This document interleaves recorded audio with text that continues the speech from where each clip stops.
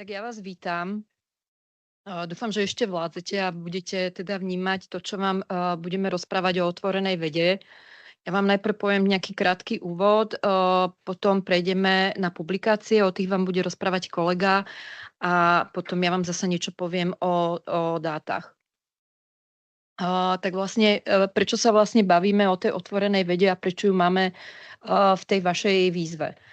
Vlastne tá otvorená veda je jednou z kľúčových tém súčasnej vednej politiky na globálnej úrovni a na európskej úrovni je vlastne politickou prioritou Európskej komisie a štandardnou metódou práce v európskom programe Horizon Europe, z ktorého sme vlastne aj čerpali informácie a vlastne podľa neho sme nastavovali tie princípy otvorenej vedy v našich výzvach o PEAC. A cieľom je vlastne efektívne šírenie výsledkov výskumu a podpora opätovnej použiteľnosti a posilnenia spolupráce. A tá otvorená veda je vlastne zastrešujúcim pojmom pre celý rad nových postupov a cieľov a vlastne dva také základné piliere sú vlastne otvorený prístup k vedeckým publikáciám a otvorený prístup k vedeckým dátam. Aké sú požiadavky na otvorenú vedu v OPEAC? Delíme ich na povinné postupy a ďalšie nepovinné postupy. Tými povinnými je systémové nastavenie práce s budúcimi výsledkami projektu, otvorený prístup k recenzovaným vedeckým publikáciám a správa výskumných dát v súlade s FAIR princípmi. Potom sú tam ďalšie nepovinné postupy. To je včasné zdieľanie výsledkov výskumu, otvorený prístup k ďalším výsledkom výskumu, otvorené recenzné řízení, citizen science a opatrenia k zaisteniu reprodukovateľnosti.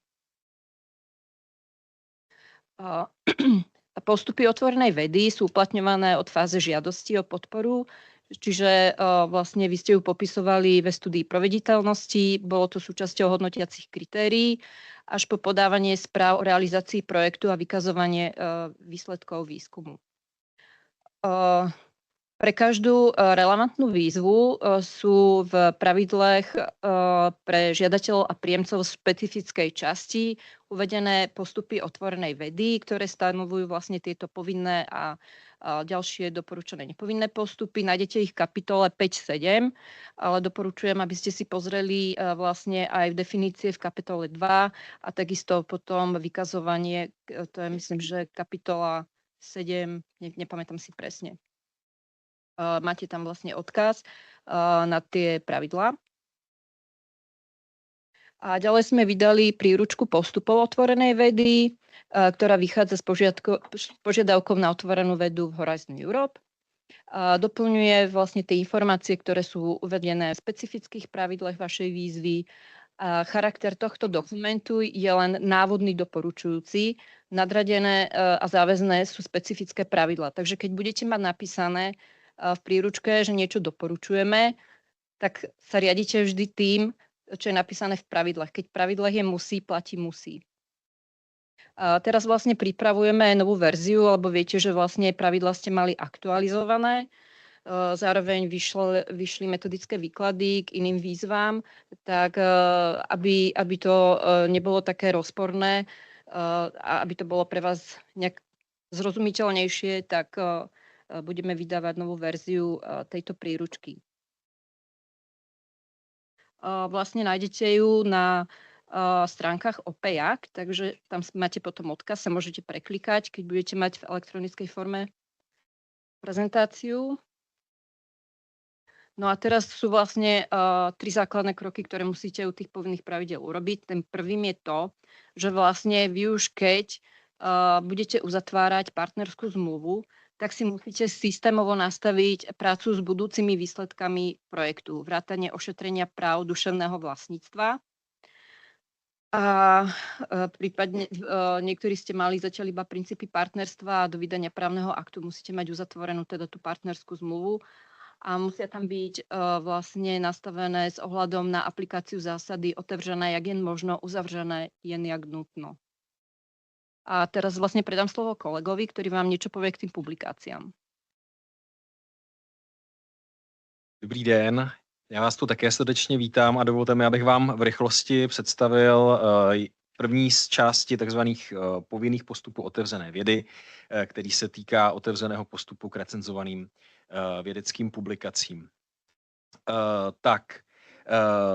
Co je vlastně příjemce povinen zajistit? Vychází to přímo ze specifických pravidel výzvy, takže příjemce je povinen zajistit otevřený přístup k recenzovaným vědeckým publikacím, a to těmito prostředky. Za prvé, uložit recenzovanou publikaci do důvěryhodného repozitáře, zajistit okamžitý otevřený přístup pod licencí CC BY, uchovat si dostatečná autorská majetková práva, zajistit otevřený přístup k metadatům publikací uložených v repozitáři a poskytnout informace o jakémkoliv dalším výstupu výzkumu. Dále je příjemce povinen zajistit uložení strojově čitelné elektronické finální vydavatelské verze nebo konečné verze recenzovaného rukopisu do důvěryhodného repozitáře a také zajistit okamžitý otevřený přístup k uložené publikaci pod veřejnou licencí CC BY. Monografie a jiné dlouhé textové formáty, tedy knihy nebo kapitoly v knihách, mohou být zpřístupněny za podmínek restriktivnějších licencí. Toto už tady zmiňoval částečně kolega Janza, jen pro upřesnění znovu, co jsou publikační výsledky typu recenzovaný odborný článek, tedy article, review, letter, dále odborná kniha, kapitola v odborné knize, stať ve sborníku, vše podle definice druhu výsledků dostupných na ISVAVAI. Tak verze publikace, které jsou vyžadovány v rámci povinných postupů, je to takzvaná version of record a author accepted manuscript, někdy nazývaný postprint, a v rámci nepovinných postupů se jedná o preprint, tedy verzi rukopisu před recenzním řízením. Tak nyní jenom stručně k výkladu některých pojmů, abyste lépe rozuměli, co se přesně po vás chce. Tak za prvé, co je strojově čitelná elektronická verze? Je to digitální forma vědecké publikace, kterou je možné počítačově zpracovat. To znamená, pomocí Ctrl+F je možno v ní fulltextově vyhledávat. Nejedná se tedy o nějaký sken nebo něco podobného. Dále, co znamená neprodleně po dni publikování. Je to bez zbytečného odkladu, jakmile je to technicky možné. To znamená, že uložení publikace do repozitáře musí proběhnout co nejdříve po oficiálním zveřejnění u vydavatele. Co je vlastně ten repozitář? Repozitář je systém určený pro dlouhodobé uchovávání a zveřejňování digitálních objektů a jejich metadat. A ta metadata jsou data popisující jiná data a informace o popisovaném objektu v repozitáři. Tak, dále okamžitý otevřený přístup. Co je to okamžitý? Protože publikace v repozitáři musí být veřejně dostupná bez embarga. Embargo je definováno jako doba, po kterou publikace není nebo nemůže být otevřeně dostupná. Tady je důležité upozornit, že aplikací časového embarga daná publikace nesplňuje podmínky stanovené výzvou OPJAC. Vydavatel může uvalit na publikaci embargo, ona je potom za nějakých podmínek dostupná po určité době, ale je to dané vlastně smlouvou, ve které jsou ty podmínky definovány ve smlouvou s vydavatelem. Ale to se netýká publikací, které jsou publikovány v režimu otevřeného přístupu a podmínky, což je důležité, otevřeného přístupu u časopisů a vydavatelů lze ověřit na serveru Sherpa Romeo. Tak, co znamená dále ve výkladu pojmů okamžitý otevřený přístup, tedy bezplatný, trvalý a neomezený otevřený přístup k publikaci. Další věc, která je důležitá k upozornění, že free access nerovná se open access, tedy volný přístup nerovná se otevřenému přístupu. Ten volný přístup nesplňuje podmínky otevřeného přístupu, tedy opětovné použití a sdílení je omezeno. Dále, co jsou veřejné licence Creative Commons, tedy CC, je to soubor předem připravených licenčních smluv, jejichž prostřednictvím držitel autorských práv vyjadřuje podmínky, za kterých je možné se zveřejněným dílem zacházet. Důležité je také si uvědomit, že ta licence CC nebo ty licence CC neomezují ochranu autorských práv. Tady je ještě poznámka nebo upozornění, které souvisí s tím volným přístupem, že dát článek nebo data volně k dispozici na web není dostačující pro opětovné použití. Vždy je zapotřebí specifikovat, jak může být s tím daným výstupem výzkumu dále nakládáno. Proto je důležité mu udělit licenci. V případě OPEJAKu je preferovaná licence CC BY, která umožňuje dílo volně sdílet, upravovat za jediné podmínky, a to je uvedení původce nebo autorů. Jak už jsem zmínil, monografie a jiné dlouhé textové formáty mohou být zveřejněny za podmínek restriktivnější licence. Tak, co se týká autorských majetkových práv, jak už jsme si řekli, ve specifických pravidlech je uvedeno, že příjemce nebo autoři jsou povinni uchovat si k publikaci autorská majetková práva, a to v takovém rozsahu, aby bylo možné stanoveným povinnostem vyhovět. To znamená, že při uzavírání licenční smlouvy s daným vydavatelem je potřeba, aby autoři nepřeváděli majetková práva, to znamená neudělovali výhradní licenci vydavateli, ale udělali mu pouze licenci, která je nutná k vydání publikace, ale zároveň bude zachována možnost autorovi zveřejnit publikaci pod licencí CC. Licenční smlouvou získává nabyvatel licence právo užít dílo komerčním způsobem, to je celkem jasné. A zase důležité upozornění, pokud si autoři neponechají majetková práva v dostatečném rozsahu, to znamená, že udělí tu výhradní licenci vydavateli a poté vloží a zveřejní publikaci v repozitáři pod licencí CC BY, porušují smlouvu s poskytovatelem i vydavatelem. Na to je potřeba si dát velký pozor, už jsme se s tím reálně v rámci výzvy špičkových výzkum setkali, že toto se stává. Tak tady jenom rychle praktický příklad, jak to potom v té dané publikaci může vypadat. Takže pokud u copyrightu je napsáno the authors, znamená to nebo indikuje to, že autoři si ponechali autorská práva, pod tím je vlastně výseč z publikace, na posledním řádku je uvedeno vlastně analogické, že autoři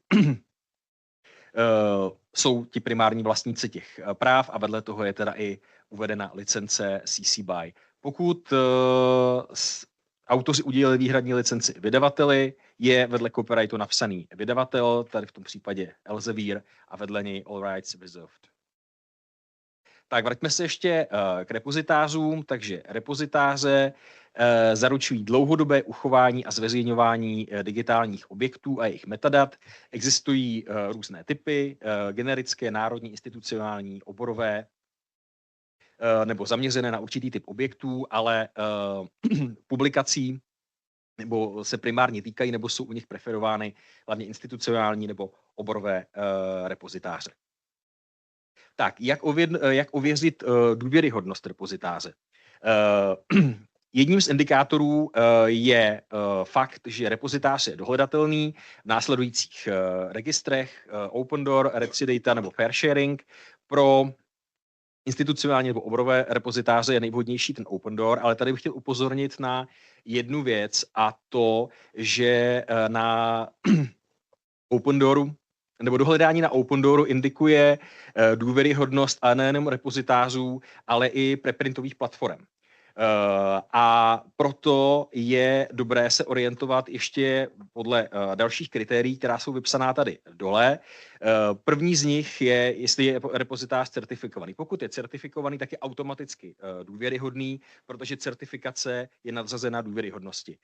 Další možnost je ověřit si, jestli pracuje daný repozitář s persistentními identifikátory, poskytuje otevřený přístup k uloženému obsahu, uvádí jasné podmínky, jak lze data využívat, poskytuje úvodní stránku s metadaty, tedy takzvanou landing page, a pro data, o tom ještě se bude zmiňovat kolegyně, platí, jestli umožňuje repozitář takzvané verzování.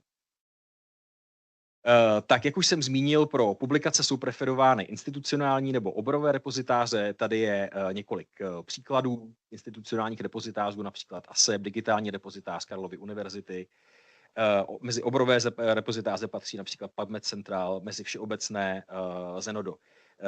Dále upozornění, co není repozitář, například webová stránka projektu, Google Drive, Google Scholar, ResearchGate, PubMed, to je jen databáze a podobně. Tak, vraťme se ještě k těm veřejným licencím. Ty poskytují ostatním právo užívat díla chráněná autorským zákonem a podle typu veřejné licence je upravovat, rozšiřovat, vytvářet odvozená díla a případně využít i pro komerční účely. Tady máte jenom graficky znázorněno naše požadavky na licence v rámci OPEJAKu, takže na články, datové sady, licence CC BY, u monografií a jiných textových formátů licence CC BY, případně restriktivnější licence. Tak, tady jenom ukázka krátká licenčních prvků. Zde vidíte práva, povinnosti a co znamenají ty jednotlivé zkratky. Tak, nyní se dostáváme k metadatům, takže jaké jsou požadavky. Metadata publikací nebo dat uložených v repozitáři musí být veřejně dostupná a strojově čitelná v souladu s FAIR principy a obecným doporučením metadatového popisu. Opět důležité upozornit, že rozsah informací v metadatech je dán možnostmi toho daného repozitáře. Pokud jsou výsledky v důvěryhodném repozitáři, metadata obvykle nebývají problém, ale u publikací by měly údaje odpovídat údajům u vydavatele nebo přímo v publikaci. Zde je přehled požadavků na metadata. Mezi ty povinné údaje patří například název, autoři a přispěvatele, datum vydání, vydavatel. Mezi doporučené mohou tam být persistentní identifikátory, odkazy na zdroje financování a podobně. Tak, další povinností reference k dalším výstupům výzkumu. Příjemce je tedy povinen poskytnout informace o jakémkoliv dalším výstupu potřebný k ověření v závěru vědecké publikace. Opět nutné upozornit, dalšími výstupy výzkumu se rozumí jiné výsledky než vědecké publikace. To znamená, mohou to být výzkumná data, software, metodiky, vzorky nebo instrumenty. V metadatech v repozitáři by měl být uveden odkaz, takzvaný persistentní identifikátor, například DOI, to je to nejčastější, na datové sady nebo další výstupy, které se vážou k dané publikaci. Tady jenom krátce praktický příklad, jak vypadá nebo jak může vypadat reference na datové sady a rekord v metadatech uložené publikace v repozitáři. Tak, co se týká financování open access publikací, je možno využít takzvané autorské publikační poplatky, které v podstatě hradí vydavateli časopisu náklady spojené s publikováním. Jsou to způsobilé výdaje a pro jejich zaplacení nebo částečné uhrazení je možné využít takzvané tokeny. To využití těch tokenů je možné a žádané, ale za určitých podmínek. Takže pro oprávněnost čerpání tokenů musí autor splnit následující kritéria. Jeho instituce je součástí transformační smlouvy, která je sjednaná s platformou Checkalib, je korespondenčním autorem nebo autorkou, časopis je uveden jako způsobilý, typ článku a datum přijetí jsou v době platnosti smlouvy a u smluv s omezením čerpání je nutné ověřit, jestli má instituce stále dostatek tokenů pro daného vydavatele. Pokud toto všechno splní, může publikovat bezplatně v režimu otevřeného přístupu a dostane token v hodnotě 2 až 4 tisíce eur. To je poměrně vysoká částka. Tak na koho se v tomto případě mohou obrátit výzkumníci? Samozřejmě na institucionální podporu, takže knihovny nebo open science manažeři, případně požádat více informací na tomto e-mailu Checkalibu. A tady je jenom výsek instrukce pro autory z webových stránek Checkalibu, můžete se tam také podívat. Tak, tady jenom v rychlosti ukázka, jak vlastně vypadá ta otevřená věda v indikátorové soupisce. Tu část, o které já jsem mluvil, patří mezi takzvané povinné postupy otevřené vědy, týká se recenzovaných vědeckých publikací a jedná se o 3 sloupce R, S a T. A já teďka k ním pohovořím trošku blíže. Takže co je sloupec R v rámci vykazování recenzovaných publikací v soupisce? Sloupec R tvoří persistentní identifikátor DOI zveřejněné publikace u vydavatele, musí být vždy v takzvaném URL formátu jako funkční proklikávací odkaz. Ve sloupci S se nachází odkaz na metadatový záznam v repozitáři, kde je publikace trvale uložena a zveřejněna. I ten musí být vždy v takzvaném URL formátu jako funkční proklikávací odkaz. Dále sloupec T, kde se vykazují licence, tam se jedná o výběr příslušné licence z rolovacího menu, ale pro nás je primární v rámci OP jako licence CC BY. Tady opět upozornění, pokud vydavatel neumožňuje žádanou licenci CC BY, lze ve výjimečných případech uznat restriktivnější licenci, ale tuto skutečnost je nutné prokázat, tedy že skutečně ten vydavatel tu licenci neumožňuje. I tak je příjemce povinen zachovat si dostatečná majetková práva. Tak a na závěr, co se týká části k publikacím, jenom několik praktických příkladů. A tady bych rád ještě dovysvětlil, co to je vlastně ten persistentní identifikátor. Je to kód, který nám jednoznačně identifikuje danou entitu nebo objekt v tom digitálním prostředí. To persistentní znamená, že je trvalé unikátní, je to objekt, který je v čase neměnný a to velmi úzce souvisí s tím, co se potom vyplňuje do té indikátorové soupisky, protože pokud tak budete činit, tak nikdy nekopírujte tu horní adresu z toho příkazového řádku, protože to je takzvaná URL adresa a to URL není persistentní identifikátor. On po čase může přestat být platný a potom to začne házet různé hlášky typu, že webová stránka neexistuje a podobně. Je vždycky nutné v textu tady v rámci webové stránky vydavatele, protože se jedná o sloupec R, najít tu takzvanou trvalou adresu a tu nakopírovat potom do příslušného sloupce v případě odkazu na web vydavatele do sloupce R. Tady máme analogickou ukázku pro vykazování publikací v soupisce u sloupce S. To už je z digitálního repozitáře, tady v tom případě Národního úložiště šedé literatury a vidíte opět nahoře v příkazovém řádku je to škrtnuté a tady je uveden odkaz v tom červeném rámečku, trvalý odkaz, tedy trvalá adresa, o které poskytovatel repozitáře garantuje, že tam bude dlouhodobě. Takže tu je nutné nakopírovat potom do sloupce S. A máme tu ještě jeden příklad z repozitáře publikační činnosti Univerzity Karlovy a opět vidíte v textu trvalý odkaz v červeném rámečku a to je ten pravý, který potom nakopírujete do sloupce S. Tak, to je za publikace v rychlosti všechno a já teď předám slovo kolegyni a ta vám něco poví o datech.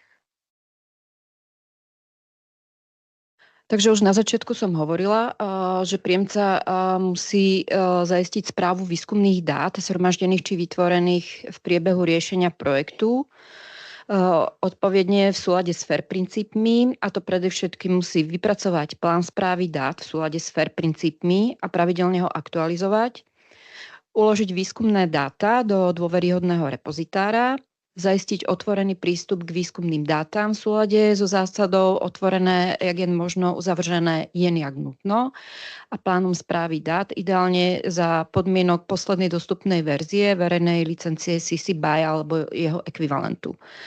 A poskytnúť informácie, referencie o akomkoľvek ďalšom výstupe výskumu.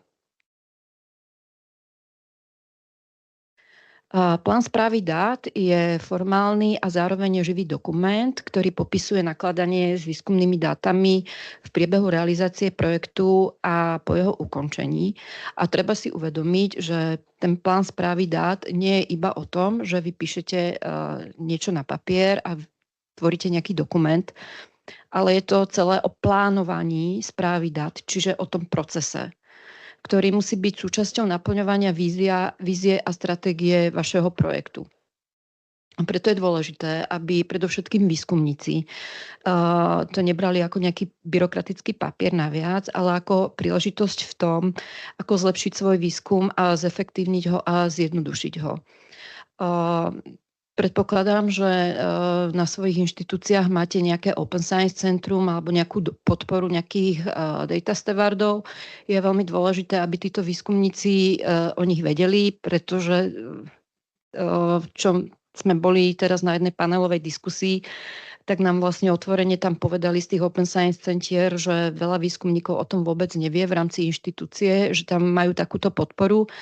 A je dôležité, aby intenzívne títo data stewardi s týmito výskumníkmi o tom spolu rozprávali a preberali to. A čo mám spätnú väzbu, tak naozaj potom ten výskumník to začne vnímať ako niečo, čo je pre toho výskumníka naozaj prínosné a je prínosné pre ten projekt. Ten data management plán musí vecne odpovedať vzoru data management plánu pro program Horizon Europe. A doporučujem vám použiť nejaký vhodný digitálny nástroj, napríklad Data Stewardship Wizard, ktorý umožňuje plán správy dát v požadovanej šablóne vygenerovať. Sú aj iné nástroje, napríklad Fair Wizard, alebo DMP Online, alebo Argos. A my sa teraz snažíme o to, aby sme urobili v rámci MŠMT nejaké školenie, ako pracovať s týmto Data Stewardship Wizard nástrojom, tak dúfam, že potom budete mať záujem a budete informovaní nejakou depeši a bude to aj na stránkach MŠMT. Takže tu máte názorne ukázané, ako má vyzerať ten template pre Horizon Europe.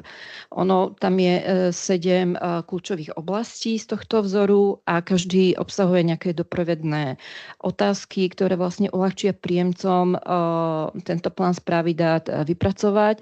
A čo je dôležité, je potrebné ho priebežne aktualizovať.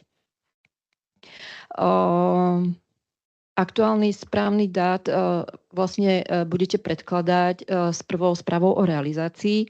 Následne podľa pravidiel musíte po uplynutí 24 mesiacov od zahájenia realizácie a v záverečnej správe. Ale je treba si uvedomiť, že vlastne data management plán je živý dokument, ktorý je potrebné aktualizovať, tak vždy pri každej aktualizácii je nutné, aby ste ho s tou najbližšou správou o realizácii predložili ministerstvu školstva. Takže keď už máte vypracovaný ten plán správy dát, tak je potrebné sa ním teda riadiť. A čo je ďalej dôležité, uložíte tie výskumné dáta do dôveryhodného repozitára. Týka sa to predovšetkým podkladových dát, ktoré sú späté s recenzovanou publikáciou, potrebnou k overeniu výsledku prezentované v tejto publikácii, prípadne akýchkoľvek iných dát spätých s nepublikačnými výsledkami výskumu, alebo dát, ktoré nie sú späté vôbec so žiadnym konkrétnym výsledkom výskumu, ale môžu byť využiteľné i mimo projekt. Nie je vyžadované uloženie všetkých dát, ktoré sa nashromaždia v rámci projektu. Je potrebné, je teda úplne na vás, či budete, alebo teda na výskumníkoch, či sa rozhodnú, že budú ukladať surové dáta alebo spracované dáta. Závisí to všetko od doborových zvyklostí, kontextu a typu zhromaždených dát. Kolega už rozoberal, ako je možno vlastne overiť dôveryhodný repozitár, takže ja to opakovať nebudem. Máte tam znovu uvedené tie registre a linky na tie registre a u dát obecne platí, že sa preferuje ukladanie v oborových repozitároch. Tu je vlastne praktický príklad správneho URL formátu DOI pre dáta. Tak kolega vám vysvetľoval vlastne, čo sú tie persistentné identifikátory, ako treba linkovať. Tak tu máte len názorný príklad znovu a cez tento odkaz, kam sa dostanete. A často nám vlastne v dátach vykazujete aj vlastne teda v tej súpiske pre dáta nám vykazujete aj iné výsledky výskumu, tak toto je len pre ukážku, že toto do dát nepatrí. Teraz už keď máte tie dáta uložené v repozitári, tak je potrebné zabezpečiť otvorený prístup k týmto dátam. Ten sa ale na rozdiel od publikácií riadi zásadou otevřené, jak jen možno, uzavřené jen jak nutno. A to s ohľadom na rôzne oprávnené obmedzenia, ako sú súkromie, ochrana osobných údajov, dôvernosť, oprávnené obchodné záujmy, práva duševného vlastníctva tretích strán, bezpečnosť státu a tak ďalej. Čiže je úplne legitímne, ak nebudete mať všetky dáta otvorené, je to potrebné ale už odôvodniť v pláne správy dát a musí byť zaistený pravidelný preskum tohto zdôvodnenia. Je takisto úplne v poriadku, pokiaľ je embargo u dát. Tam sa tiež riadíme zásadou otevřené, jak jen možno, uzavřené jen jak nutno. Ako príklad uvediem, embargo u dát zvyčajne býva vtedy, keď čakáte na to, kým bude vydaná publikácia a vlastne až potom by ste tie dáta zverejnili. Čo sa týka tej zásady otevřené, jak jen možno, uzavřené jen jak nutno, aby ste tomu rozumeli, tak vlastne tie dáta môže byť úplne otvorená, čiže kdokoľvek sa k ním dostane, môže ich voľne používať, upravovať, zdieľať za akýmkoľvek účelom. Potom sú vlastne obmedzené dáta. Tam vlastne prístup má sprístupnená len určitá časť dát pre určitý typ užívateľov a pre určitý typ použitia. A potom sú dáta, ktoré sú vlastne uzavretá, čiže sú napríklad pod časovým embargom alebo nie je možné ich zdieľať.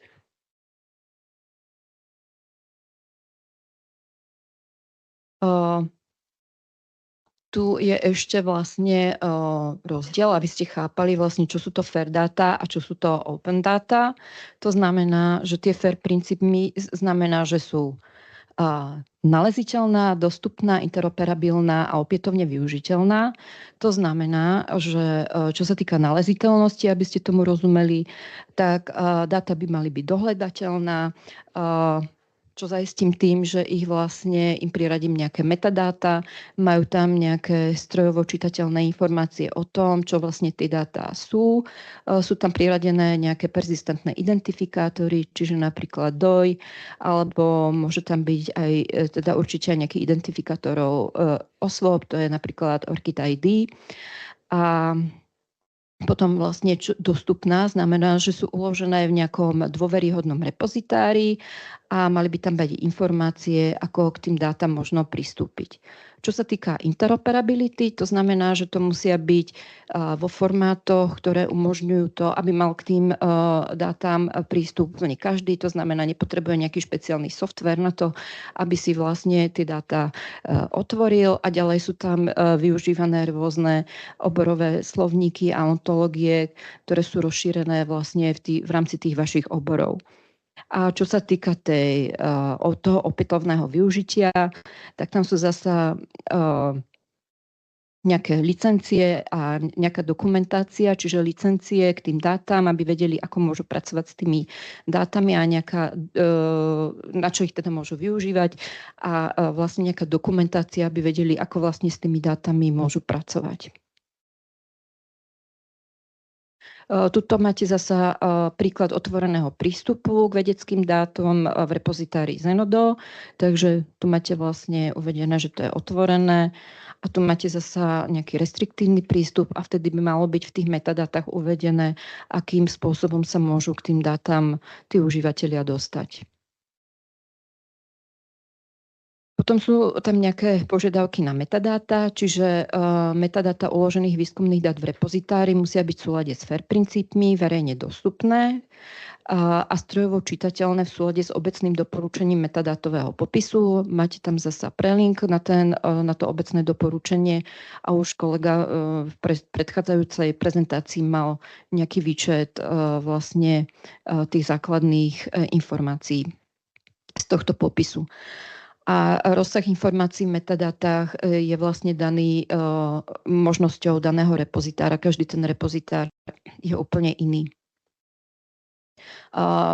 Ďalšia vec, ktorú musíte splniť, je vlastne uviesť referencie k ďalším výstupom výskumu. prípadne nejaké nástroje a inštrumenty potrebné k opätovnému využitiu výskumných dát alebo k ich validácii. Musí to byť ako súčasť záznamu metadát výskumných dát v dôveryhodnom repozitári. Čo sa týka tých referencií, v tomto prípade to môže byť predovšetkým tie vedecké publikácie, môže to byť nejaký software a metodiky a tak ďalej. Tu máte zasa praktický príklad, ako to vyzerá v repozitári, keď sú tam uvedené vlastne referencie na publikácie. Tu máte nejakú praktickú ukážku indikátorovej súpiske, zasa akým spôsobom sa vykazujú tie dáta a to, čo je začervenené, znamená, že vlastne to je len skopírované z tej vrchnej lišty toho repozitára a nie je tam vlastne ten trvalý odkaz v rámci toho persistentného identifikátoru, ktorý je uvedený v repozitári. No a teraz sa dostávame k ďalším nepovinným postupom otvorenej vedy. Tam ide o predbežné a včasné otvorené zdieľanie výsledkov výskumu, napríklad prostredníctvom predbežných registrácií, registrovaných správ alebo publikovania preprintov, správa výskumných výstupov nad rámec recenzovaných publikácií a výskumných dát, napríklad software, modely, algoritmy a tak ďalej, účasť v otvorenom recenznom řízení, publikovanie v časopisoch na platformách, ktoré poskytujú otvorené recenzné řízení a zapojenie ďalších relevantných aktérov, čiže koncových užívateľov, akademickú obec a tak ďalej, do otvoreného spoluvytvárania. Vás chcem upozorniť, že vlastne tie ďalšie nepovinné postupy sa týkajú iba projektov, ktoré sa k vybraným nepovinným postupom otvorenej vedy zaviazali v právnom akte. Tak si jednotlivé postupy vysvetlíme. Predbežné a včasné otvorené zdieľanie výsledkov výskumu môže byť realizované prostredníctvom nejakých predbežných registrácií, registrovaných správ alebo publikovania preprintov.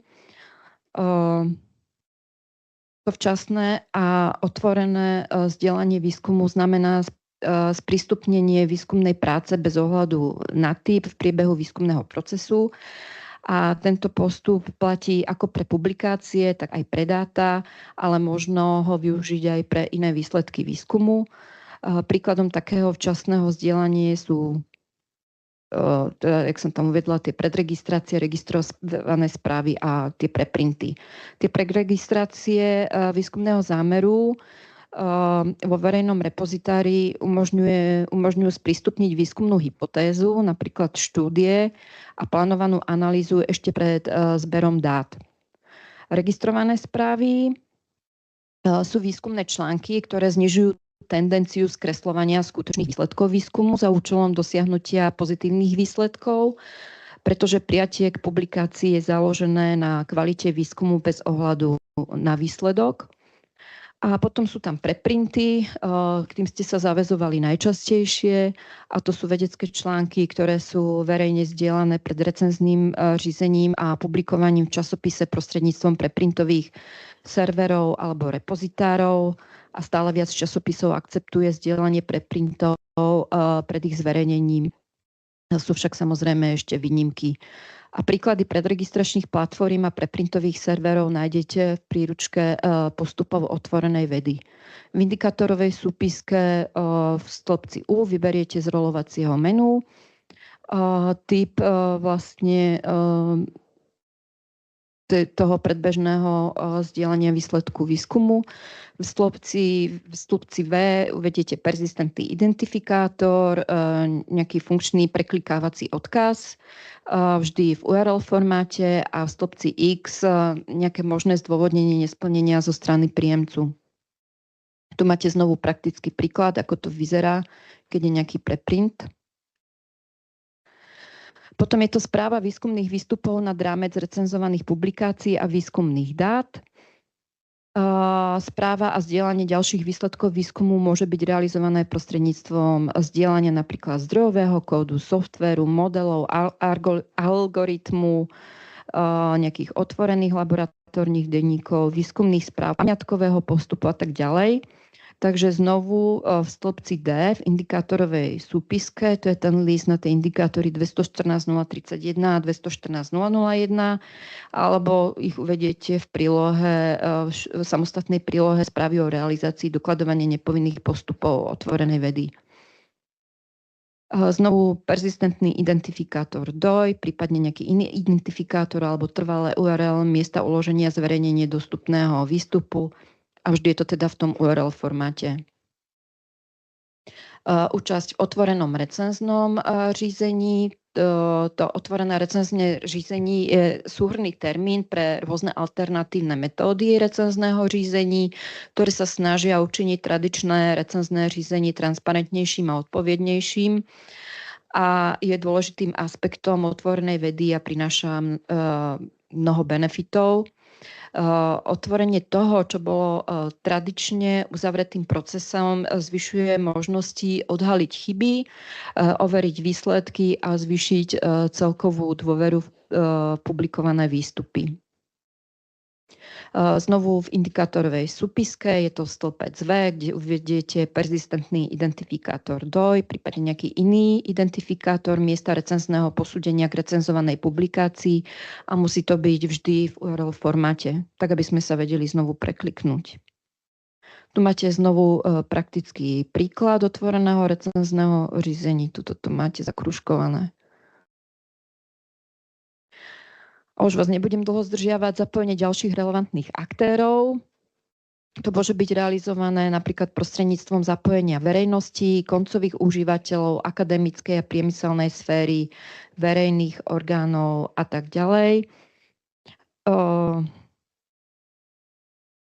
Možno ju označiť za výskumnú spoluprácu vedcov i dobrovoľníkov, kde je vedecký výskum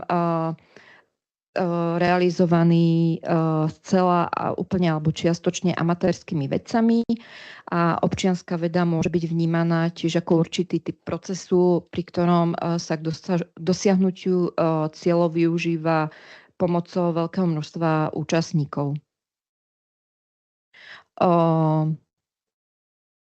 Vykazovanie je v samostatnej prílohe, dokladovanie nepovinných postupov otvorenej vedy. A ja mám ešte jednu prezentáciu pre vás.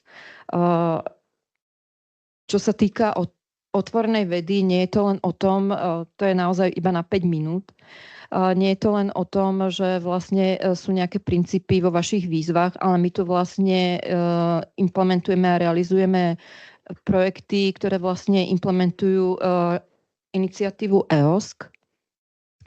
Kým to hľadajú, tak vám chcem ešte povedať, že je strašne dôležité, predpokladám, že ste tu väčšinou projekťáci a finančáci, aby ste úzko spolupracovali s Data Stewardom. Takže keď budete robiť tie data management plány, určite ich nerobte vy, ale naozaj na to musí byť k dispozícii Data Steward, ktorý bude robiť spolupráci s vami a s tým výskumníkom, pretože on potrebuje vedieť jednak, aké sú požiadavky tej vašej výzvy a samozrejme potrebuje vedieť niečo o tom výskume. A čo sa týka publikácií, je tiež dôležité spolupracovať s vašimi knihovnami, aby tiež teda mali informácie o tom, aké sú požiadavky v rámci tých vašich projektov a tie vaše projekty nejak tak aspoň trochu poznali.